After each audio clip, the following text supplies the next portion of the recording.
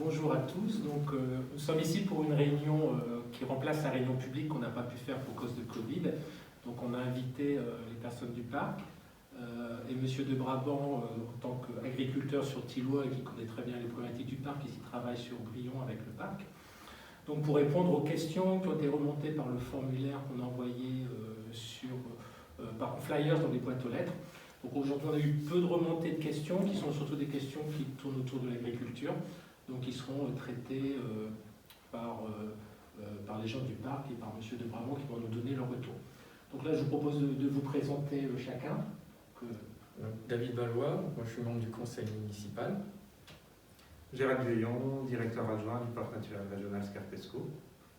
Christelle Parmentier, en charge du pôle développement au parc de Scarpesco et donc toutes les relations avec le monde agricole. Nicolas de Brabant, donc je suis agriculteur à Brion, je suis vice-président de la Chambre d'agriculture et c'est moi qui suis responsable au niveau du parc de par la Chambre d'agriculture. Voilà, donc un avis bien représentatif du monde agricole par rapport au parc. Je vous laisse un peu présenter le parc. Oui, donc quelques petits mots de présentation de ce que c'est qu'un parc naturel régional. Donc, un parc naturel régional, c'est une structure qui est labellisée par l'État. Et le PNR Scarpesco a été le premier parc naturel régional reconnu en France. Depuis, donc c'était en 68, depuis il y a pas mal de territoires de parcs qui ont été reconnus en France. On est actuellement à 56 parcs naturels régionaux en France. Ça montre bien que les territoires ruraux ont un intérêt à créer un parc naturel. Alors un parc naturel régional a des missions qui sont fixées par l'État. Elles concernent la protection du patrimoine, notamment la gestion des milieux naturels et des paysages, la contribution à un aménagement du territoire équilibré, la contribution à un développement économique et social, assurer l'éducation et l'information du public et réaliser des actions expérimentales ou exemplaires dans ces domaines. Alors l'expérimentation, c'est souvent intéressant pour nous parce que ça nous permet de tester des choses, quelquefois de faire des erreurs, mais souvent de reproduire d'autres projets ailleurs. Actuellement, le territoire de Scarpesco regroupe 55 communes qui sont classées parc naturel.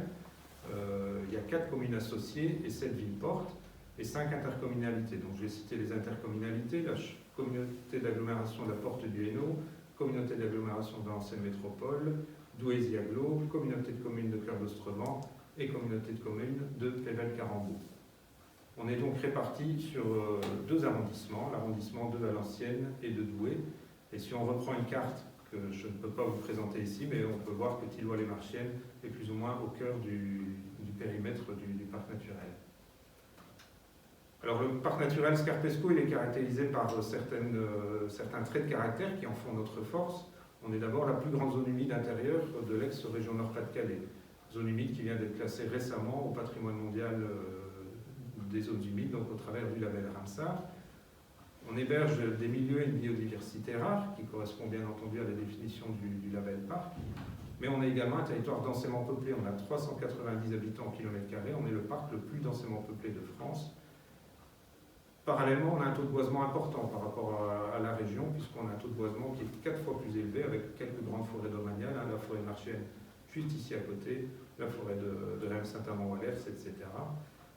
On parlait du patrimoine mondial lié à Ramsar. On a également un autre patrimoine mondial qui est reconnu, c'est le patrimoine mondial UNESCO pour la partie sud du territoire avec l'ensemble des communes du bassin minier.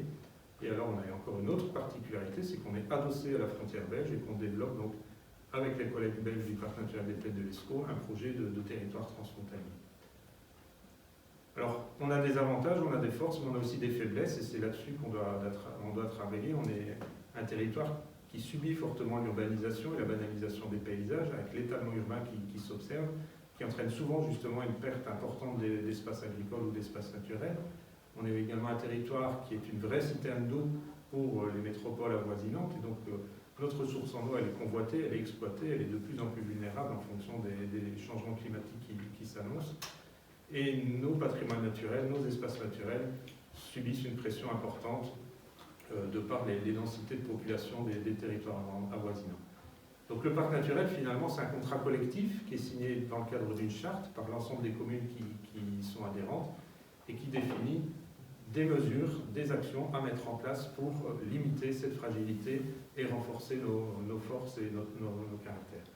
Donc je ne vais pas détailler l'ensemble des actions que le parc naturel met en œuvre, mais elles ont attrait globalement à l'ensemble des missions que j'ai décrites, donc l'aménagement du territoire en faveur d'une biodiversité préservée, le développement de l'agriculture et en faveur également du territoire et du patrimoine naturel, la gestion des espaces verts, le tourisme, les loisirs de nature. De plus en plus, on intègre des enjeux liés aux évolutions climatiques, au besoin de trouver des énergies propres, et on travaille aussi fortement sur la sensibilisation et l'implication des habitants. Voilà. Donc, merci pour cette présentation. On voit tout de suite les questions qui ont été remontées. Oui. Donc, une première question, quelles sont les contraintes ou obligations auprès des agriculteurs? Alors, au niveau des agriculteurs, il faut savoir que les agriculteurs ils doivent respecter des règles, des réglementations, que ce soit dans le parc ou en dehors du parc. Par exemple, on va parler du respect des directives européennes, comme la directive nitrate et les zones vulnérables. On a la directive Habitat dans le cadre de Natura 2000, elle doit être respectée sur territoire du parc ou en dehors du parc. On peut parler aussi de l'arrêté sur les zones de non-traitement le long des habitations. Enfin, toutes ces règles, les agriculteurs, qu'ils soient sur le territoire du parc ou en dehors, ils doivent les respecter. Il n'y a que deux règlements qui sont à respecter spécifiquement sur un territoire de parc. C'est la loi sur la publicité. Donc c'est la réglementation nationale en matière des enseignes et des préenseignes pour respecter au niveau du paysage. Et la loi sur les loisirs motorisés. Donc là, c'est pour justement régir la circulation des véhicules motorisés dans les espaces naturels. Donc ça, c'est les deux seules règles qui sont spécifiques sur un territoire de parc. Et qui ne sont pas propres au monde agricole, bien entendu. Qui ne sont pas propres, oui, tout à fait. Donc il n'y a pas de contraintes réglementaires imposées par le parc ou le monde agricole, si ce n'est celles qui sont nationales ou européennes. C'est ça. Cependant, syndicat mixte, on est quand même sur un territoire du parc, labellisé par le ministère de l'Environnement, et donc l'État nous sollicite pour émettre des avis sur certains projets. Et donc, le parc va émettre un avis sur ces différents projets au regard des enjeux qui sont dans la charte, c'est-à-dire au niveau de l'environnement, au niveau du paysage, mais aussi sur certains projets, on va regarder aussi si ça a un impact sur la viabilité des exploitations agricoles, au même titre que sur la biodiversité ou sur le paysage. Donc en tout cas, le parc, il est souvent régulièrement sollicité par l'État pour émettre des avis quand il y a des projets et de voir l'impact que ça peut avoir. Et puis, ce que je voudrais dire aussi, c'est que le parc, il agit plutôt d'une manière différente, c'est qu'il mobilise les agriculteurs sur des programmes d'action, mais toujours souvent basés sur le volontariat. Les agriculteurs ne sont pas obligés de participer à nos différents programmes. Incitatif, ce n'est pas une obligation. Voilà, on travaille plus sur la sensibilisation. Voilà, pour répondre à ces questions, je ne sais pas si M. de Brabant Je vais peut-être rebondir. Je vais compléter un peu par rapport à l'agriculture. Moi, je vais refaire un peu d'historique. Si Thilo n'est pas dans la zone de parc, c'est que les agriculteurs avaient mis la pression à ce moment-là, je le reconnais. Et je faisais peut-être aussi partie de ces gens-là. Mais je ne pensais pas que M. Beau, ancien maire de Thilo, aurait été jusqu'au bout et n'aurait pas signé la charte avec le parc. On pensait vraiment faire de la pression. Et à ce moment-là, je pense que le dialogue entre les agriculteurs et les gens du parc était complètement différent. Moi, je suis donc représentant de la Chambre d'agriculture Parc naturel. Aujourd'hui, j'ai vu une évolution et je vois des gens en face de moi qui nous écoutent. On a vraiment l'impression, et c'est pas une impression, c'est même plus que ça, on travaille ensemble avec la Chambre d'agriculture, beaucoup de dossiers sont montés ensemble. Et avec du recul, c'est vrai que je me suis dit, Thilo, c'est peut-être une bêtise qui n'est pas allé il y a quelques années, citer quelque chose, des choses qui ont pu être faites avec les agriculteurs. Par exemple, les agriculteurs ont passé à un moment donné à côté des MAE, donc c'est mesures agro-environnementales, parce que Thilo ne faisait pas partie du parc. C'était pour des fauches tardives, c'était pour réimplanter de l'herbe. Expliquer ce que c'est, parce que... C'était des mesures agro-environnementales, qu'on donnait aux agriculteurs, c'était une subvention. Et l'agriculteur s'engageait à, par exemple, faucher plus tard ses prairies, à aligner des sols terres. Et tout ça, aujourd'hui, les agriculteurs qui étaient sur Thilo, on passe à côté. C'est un revenu qui était complémentaire. Est-ce qu'on pouvait le voir comme un revenu complémentaire appréciable? Non, on ne peut pas dire que c'est un revenu complémentaire. Disons que ça permettait sur des endroits un peu plus humides où on pouvait faucher par exemple plus tardivement, d'avoir entre guillemets une petite compensation pour le manque à gagner. Plus une compensation. Voilà, une compensation.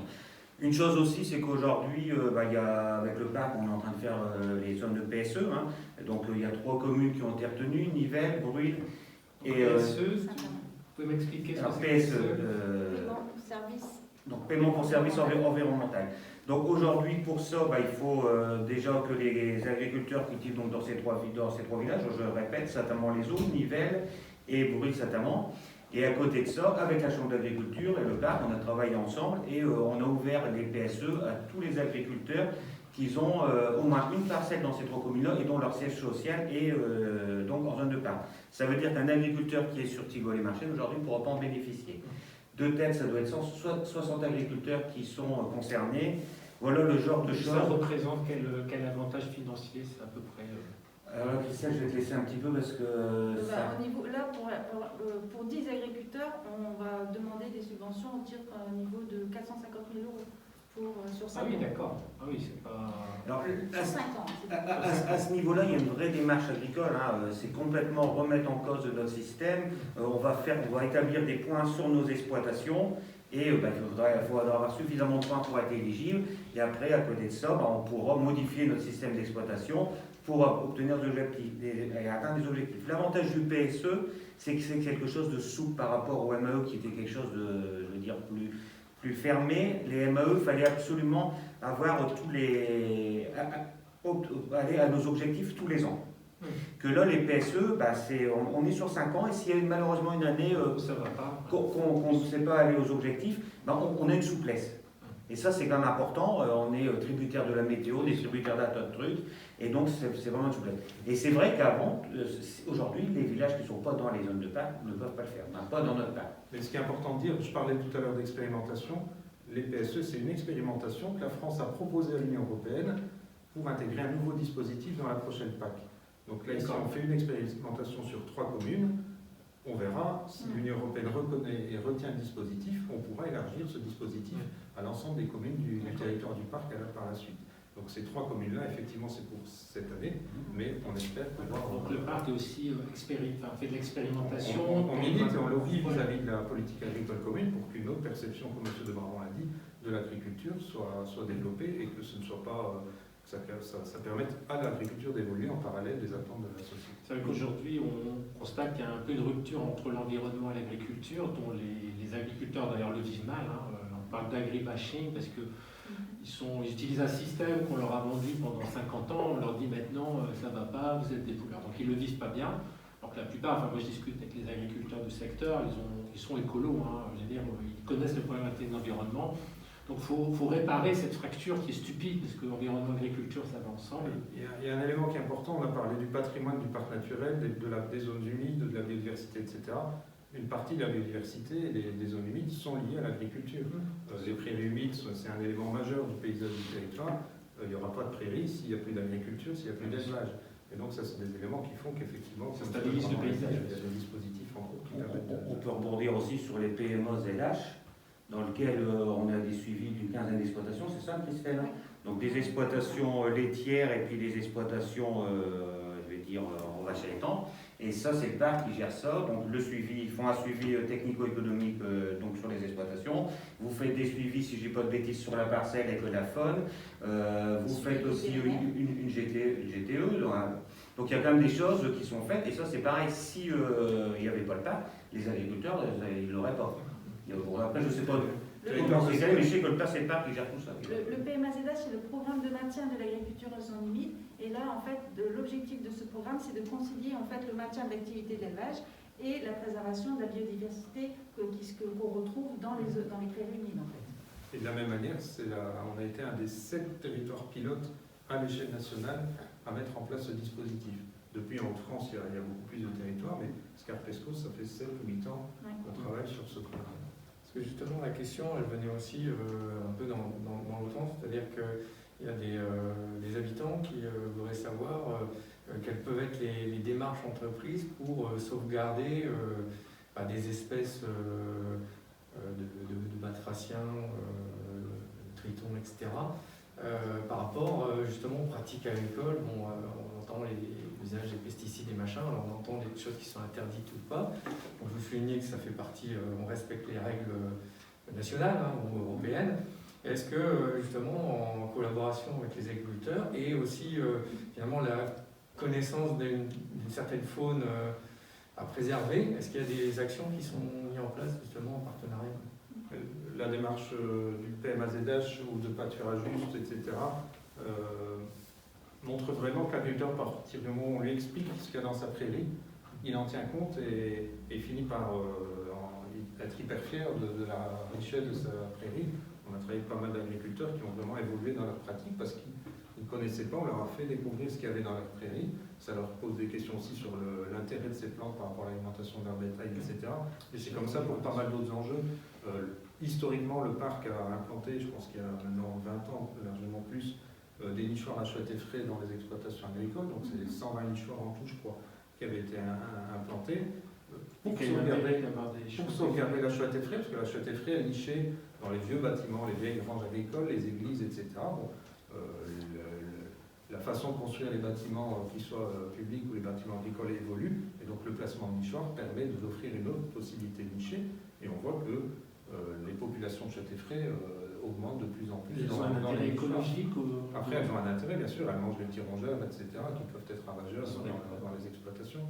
Et donc, ça, de la même manière, il y a eu un dispositif identique avec les hirondelles, où on demandait aux agriculteurs chaque année de dire combien de nids d'hirondelles étaient présents dans l'exploitation pour voir comment les populations d'hirondelles évoluaient. Donc, il y a pas mal d'actions comme ça qui illustrent la collaboration bénéfique avec le monde agricole sur la préservation de la biodiversité. Par rapport, moi j'ai envie de dire, par rapport aux produits de santé des plantes, produits phytosanitaires, aujourd'hui, par rapport au parc, le parc ne fait rien par rapport aux produits phytosanitaires. Mais aujourd'hui, c'est plus le monde agricole qui a pris conscience des choses. Je vais dire que la génération d'avant leur a demandé de produire, et pour produire, ils ont utilisé des phytos. Et aujourd'hui, on est dans la génération d'après. Moi, je vais dire, je suis la génération intermédiaire. On ne pulvérise plus pour le plaisir de pulvériser. Aujourd'hui, on a des outils d'aide à la décision qui nous disent oui, il faut intervenir sur notre parcelle. On est sur des systèmes avec le GPS. On fait du bas volume. On traite la nuit pour justement travailler dans des bonnes conditions et utiliser moins de produits. On fait de la localisation grâce aux satellites. Donc aujourd'hui, en tant que tel, le parc ne nous influence pas là-dessus. C'est vrai que dans le cadre des PSE, il y a un PSE sur les phytos. On a demandé de ne pas toucher aux phyto-herbicides, parce que ça, c'est celui où on aura du mal à diminuer, il faut le reconnaître. On est en zone de parc, pas en zone de parc, j'irais plutôt en zone humide, et on serait sur certains secteurs où il fait sec. On pourrait peut-être utiliser plus la bineuse et tout ça, mais chez nous, malheureusement, on est quand même en zone humide et on n'a pas souvent le temps nécessaire pour quand on passe un coup d'hersétrie pour avoir, je vais dire, une destruction totale de la mauvaise herbe. Mais aujourd'hui, il s'en fait de plus en plus. Vous avez des GI2E aussi sur le secteur. Moi, personnellement, j'en ai fait un. Et c'est... GI2E, c'est... Un groupe d'intérêt écologique et économique. Voilà. Groupe d'intérêt écologique et économique. Et aujourd'hui, l'objectif, on est donc des agriculteurs de Lecel, Rosu et moi-même, et notre objectif, c'est utiliser donc moins de produits phytosanitaires, remettre plus d'agronomie, remettre du machinisme avec le hersétrie, ou aujourd'hui, on a complètement évolué et on a aussi la chance d'avoir, par exemple, des cultures qui sont plus résistantes aux maladies. Avant, un blé, c'était 3 traitements, 4 traitements systématiquement. Aujourd'hui, un blé, on arrive, hormis année exceptionnelle, on arrive à presque le tenir sain jusqu'à la première feuille étalée. Donc, une année normale, on va faire plus qu'un traitement. On a aussi la génétique qui nous a aidé à ce niveau-là. Mais le monde agricole a bien pris conscience d'utiliser le moins de produits phytosanitaires. Je suppose que ces produits coûtent cher aussi. Donc, si vous les utilisez, c'est pas... C'est vrai que ces produits coûtent cher, on ne peut pas dire le contraire. Ça, donc voilà, on ne les utilise pas pour le plaisir de les utiliser, tout à fait. On les utilise vraiment quand on en a besoin. Je vais dire aujourd'hui, on les utilise comme avant, on les utilisait pour la tranquillité. Et aujourd'hui, on les utilise comme dernier recours. C'est ça le gros changement. Et ce qu'il faut dire aux gens de Thibaut, parce que je ne sais pas s'ils vont le voir, quand on est la nuit sur nos pulvérisateurs, c'est parce qu'on a les conditions optimales. On a de l'hygrométrie, on n'a pas de vent. Et ça, c'est de la communication qu'on peut faire, parce que beaucoup de gens c'est pour ça que je passe le bureau, ils viennent de la ville, ici, voilà, si les gens travaillent la nuit, ils préfèrent être dans leur lit, c'est parce qu'il y a une raison. Voilà, c'est pas, Et l'hygrométrie, donc de cette là on met moins de produits, on peut se permettre de mettre des adjuvants, des collants, et de cette là on fait des économies. Et de toute façon, dans les PSE, c'est baisser les IFT, et ça fait partie des choses. Pour baisser les IFT, il faut travailler la nuit, mais on ne se cache pas, c'est pour travailler dans les meilleures conditions. D'accord. Ok. Alors la deuxième question, je pense qu'on a déjà abordé le sujet, hein, c'est On y a déjà directement. que peut apporter le parc aux agriculteurs. On a déjà pas mal abordé le sujet. Ce que je voudrais quand même rajouter c'est qu'on a des instances quand même pour faciliter le dialogue entre le monde agricole et le parc. On a une commission agricole qui est co-animée avec la Chambre d'agriculture dont fait partie Monsieur de Brabant ici à côté. Où on échange en fait sur les problématiques du moment, sur le programme d'activité qu'on veut mettre en place auprès des agriculteurs. Voilà, il y a une instance qui est une commission agricole qui regroupe tous les représentants en fait, des partenaires et des syndicats agricoles et des élus, justement pour pouvoir faciliter le dialogue. Et puis il y a un autre réseau qui est important aussi, c'est qu'on a installé justement au tout début de cette charte-là, un réseau d'agriculteurs relais qui est vraiment là pour faciliter justement parce qu'on s'est rendu compte qu'on était sur un territoire avec une agriculture assez diversifiée. L'agriculture sur Tivancelle n'est pas la même que sur Tilloy, que sur Orchy. Enfin voilà, l'idée c'était vraiment qu'il y ait des agriculteurs relais qui nous fassent remonter en fait les problématiques et qu'on puisse justement échanger. Et à l'inverse, quand on veut mettre en place des dispositifs type paiement pour services environnementaux, on s'appuie sur ces agriculteurs relais pour qu'ils nous aident à adapter ces dispositifs au plus près des pratiques des agriculteurs. Donc voilà, ce que je voulais dire, c'est qu'il y avait quand même... Donc il y a une bonne collaboration aujourd'hui qui s'est Très bonne collaboration, chambre d'agriculture, je vais dire agriculteur relais, et non, mais il y a vraiment, il y a du dialogue. Donc le parc agit bien, enfin, comme une médiation quelque part pour une synergie en fait. Alors après, un point un peu plus large qui était remonté, c'est quels sont les avantages ou inconvénients financiers à faire partie du parc. Alors ça dépend pour qui. Voilà, pour les agriculteurs, on y a un peu répondu. J'aurais tendance à dire que, mais je prêche un peu pour ma chapelle, mais il n'y a que des avantages, que ce soit pour les habitants, que ce soit pour les élus, que ce soit pour les agriculteurs. Le parc apporte, on dit tout le temps, pour 1 euro collecté localement, donc les communes doivent cotiser au parc à raison de 1,40 € par habitant. Et pour 1 euro qu'on collecte, on réussit à mobiliser 10 fois plus de budget à l'extérieur, au travers de subventions de l'Europe, subventions de l'Agence de l'eau, subventions de l'État, etc.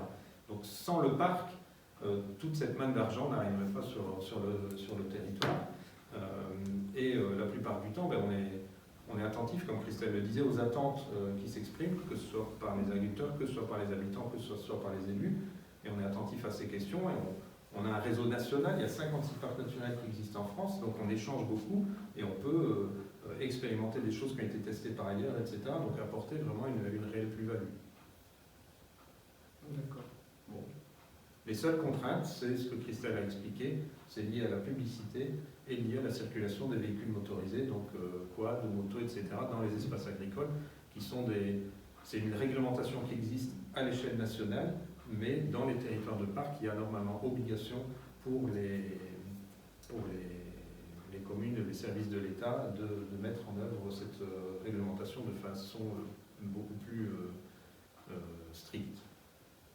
Enfin, c'est pas strict, c'est de façon beaucoup plus détaillée localement en fait.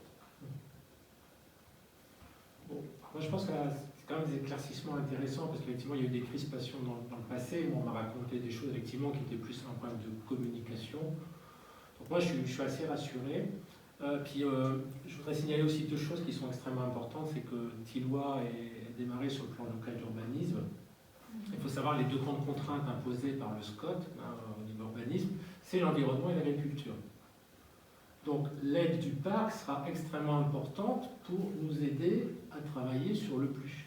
Voilà, puisque le parc travaille avec tous les organismes, donc c'est un facilitateur. Donc voilà, le parc m'a déjà donné une aide importante, réactive, malgré qu'on ne soit pas dans le parc. Donc moi je les remercie pour ça. Et j'apprécie cette collaboration qui sera très utile parce qu'on est en redéfinition du plus. Avec une dimension. Le plus. Donc le plan local d'urbanisme qui est quand même une très forte impact sur l'agriculture et sur l'environnement, puisqu'on a parlé des zones humides, on est très très contraint là-dessus. C'est vraiment le critère principal qu'il faudra étudier. On ne peut pas faire n'importe quoi et les connaissances du parc, qui travaillent déjà sur ces sujets-là avec beaucoup de communes, sont très très appréciables. Sur ces enjeux-là, je l'ai dit tout à l'heure, le parc, une des premières priorités, c'est de veiller à la limitation de la consommation d'espace, parce que c'est l'espace agricole ou l'espace naturel qui va être consommé. Et donc on accompagne au recyclage du foncier, au développement d'une urbanisation un peu différente qui permet de diminuer cette consommation d'espace. Et puis une chose aussi par rapport au plus, c'est qu'il faut arrêter de faire du linéaire. Aujourd'hui, il vaut mieux prendre une parcelle complète et puis faire des terrains de 500-600 mètres carrés au vouloir des gens que de faire du linéaire. Pour nous, le monde agricole, il n'y a rien de pire que du linéaire. D'avoir aujourd'hui, c'est ce qu'on voit, on entend aussi dans les maisons, donc pour travailler, c'est pas évident. Qu'aujourd'hui, avoir à faire quelque chose, un vrai noyau, faire un vrai cœur, c'est ça va être un des enjeux du plus. C'est bien mieux pour l'agriculture. Un des enjeux aussi, on vérifie à maintenir la fonctionnalité des exploitations. Une exploitation laitière, si l'ensemble des prairies en périphérie des bâtiments sont urbanisées, les bêtes ne peuvent plus aller en pâture, etc. On ne peut pas commencer à utiliser la bétaillère pour les sortir. Voilà, donc c'est des choses sur lesquelles le parc fait très attention. Alors le deuxième commentaire que je voulais faire aussi un peu pour conclure, c'est le réchauffement climatique. Aujourd'hui, c'est une réalité. On a passé depuis des décennies plutôt à drainer les sols et à évacuer l'eau. Et aujourd'hui, dans les 10 ans à venir, on va avoir une problématique de manque d'eau pour l'agriculture. Donc c'est là aussi où la concertation avec tous les acteurs concernés, le SMAPI, le parc, le SAGE, va être hyper important parce que maintenant, il va falloir en retenir l'eau. Pas seulement pour alimenter Lille et Valenciennes, qui ne sont pas très généreux en subventions pour nous, mais surtout parce que nos agriculteurs, les prairies humides, elles sont de moins en moins humides, donc ça va être une véritable problématique pour l'agriculture. Donc, et ça, c'est un enjeu pour les 10 à 15 ans qui viennent, et sans le parc, je ne vois pas comment, nous, au niveau de Tilloy, on pourrait avoir une démarche cohérente là-dessus. On en parlait la semaine passée, puisqu'on a validé le nouveau stage chemin d'aménagement et de gestion des eaux Scarpaval, et on a eu des échanges concernant ce sujet-là. On sait très bien qu'on est un territoire qui avait l'habitude d'avoir énormément d'eau de pluie, d'eau dans ses sols, et que de plus en plus les choses ont évolué. Les nappes souterraines, on a vu les 3 années de sécheresse avec les restrictions qui ont été dictées par l'État, et c'est un enjeu sur lequel on était bien d'accord. Beaucoup d'acteurs ont déjà fait des efforts sur la diminution de la consommation d'eau. Et je pense qu'on a aussi un gros devoir de sensibilisation des habitants à limiter aussi cette consommation d'eau. Puisque, on l'a vu, ça a été, les préleveurs, les syndicats d'eau l'ont dit l'année dernière et l'année d'avant. Le premier week-end de mai de l'année dernière, il y a 3 châteaux d'eau qui ont été mis à sec par les remplissages de piscines. Et donc ça, c'est des choses qu'il va falloir vraiment... Ça, par exemple, on pourrait mettre dans le plus que les piscines restent alimentées par l'eau de pluie, par exemple. Il y a des tas de mesures qui existent effectivement pour recycler, réutiliser l'eau de pluie, etc. On en a beaucoup discuté aussi. Ça va être un enjeu majeur qui n'existait pas il y a 10 ans. Moi, je me souviens quand je suis arrivé à Tilloy, en hiver, on marchait dans l'eau. L'eau affleurait. Aujourd'hui, moi, j'ai jamais vu ça. La plupart des fossés sont à sec. Ils sont pleins une dizaine de jours dans l'année au moment des grosses pluies. Donc, comment garder l'eau? Donc ça, c'est un enjeu majeur. Moi, il y a une chose que je voudrais rebondir, c'est par rapport au drainage. Aujourd'hui, le drainage, c'est pas fait, ça n'a jamais asséché la nappe. C'est une histoire d'éponge. Il faut considérer que c'est comme une éponge. Le fait que, je veux dire, dans les 80 cm d'eau, notre sol est plus, il y a moins d'eau. Le jour où on a une grosse montée d'eau, beaucoup de pluie, ça permet d'éponger beaucoup plus d'eau et d'apporter encore moins vite de l'eau au fossé. Ça aide, même côté les gens qui sont d'accord, mais ça aide aussi aux inondations, parce que le fait que notre sol, avant les pluies, je veux dire, est modérément humide, ça permet de prendre beaucoup plus d'eau. Donc ça, c'est important. Et puis par rapport au réchauffement climatique, je vais rebondir aussi, c'est que cette année, il nous manque par rapport au 1er janvier 200 degrés cumulés de température, alors qu'on est en plein réchauffement climatique. Et pourquoi aujourd'hui on n'a pas d'air dans nos pâtures? C'est que nos pâtures, il leur manque 200 degrés, parce que l'herbe pousse et des degrés cumulés, et aujourd'hui il leur manque 200 degrés, c'est pour ça qu'on a de l'herbe, je veux dire, comme au mois de mars, alors qu'on est au 15 avril. Et c'est vrai qu'on parle de réchauffement climatique, mais à côté de ça, cette année, on démarre avec une année froide. C'est ça qui est compliqué dans le réchauffement climatique, ça change toute la thermodynamique de la planète. Des gens qui n'avaient pas d'eau vont en avoir, des gens qui avaient de l'eau n'en auront plus, il y aura des zones plus froides, des zones plus froides, ça va tout perturber et ça aura un impact important. On le dit, on est sur une année froide, mais un printemps déjà très sec. Alors qu'on avait l'habitude d'avoir un printemps humide Tout et est perturbé. et des étés plus secs. Maintenant, les choses sont complètement différentes. Les inondations actuellement qui se présentent sur le territoire, c'est plus des inondations hivernales, c'est des inondations de pluies d'orage d'été, en juin, début juillet. Les derniers arrêtés de catastrophes naturelles, c'était en juin. Des inondations hivernales, ça devient de plus en plus rare. Donc, il faut changer toutes les pratiques, toutes les méthodes. Après, c'est ça le plus dur, et c'est pour ça qu'on a un gros travail de sensibilisation à faire, c'est que il y a des tas de territoires en Provence ou ailleurs en France, etc. Ils sont habitués à avoir la sécheresse et ils ont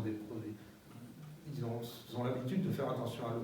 Chez nous, en quelques années, on doit passer d'un climat qui était très pluvieux, très humide, à un climat qui, a priori, va devenir de plus en plus sec, et donc il va falloir aller très vite dans le changement de Et ces puis comportements. aussi des pluviométries plus brutales. Oui, oui. Ouais. Donc, On était donc la semaine passée en documentage et puis j'ai lâché une petite boutade. Hein. C'est qu'aujourd'hui on fait des aigues justement quand on a ces grosses pluies pour justement garder de l'eau et éviter l'eau dans les maisons. Et ce que j'ai dit, je l'ai fait exprès dans cette petite pierre, c'est que peut-être ces aigues un jour on regardera pour les utiliser, pour les avoir comme réserve d'eau pour pouvoir arroser nos cultures. Hein.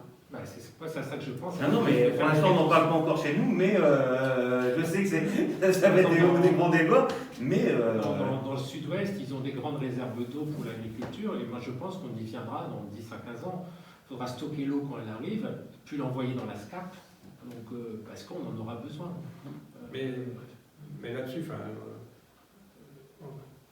le syndicat majoritaire de gestion des cours d'eau du territoire a bien pris en compte les évolutions à percevoir et à mettre en place.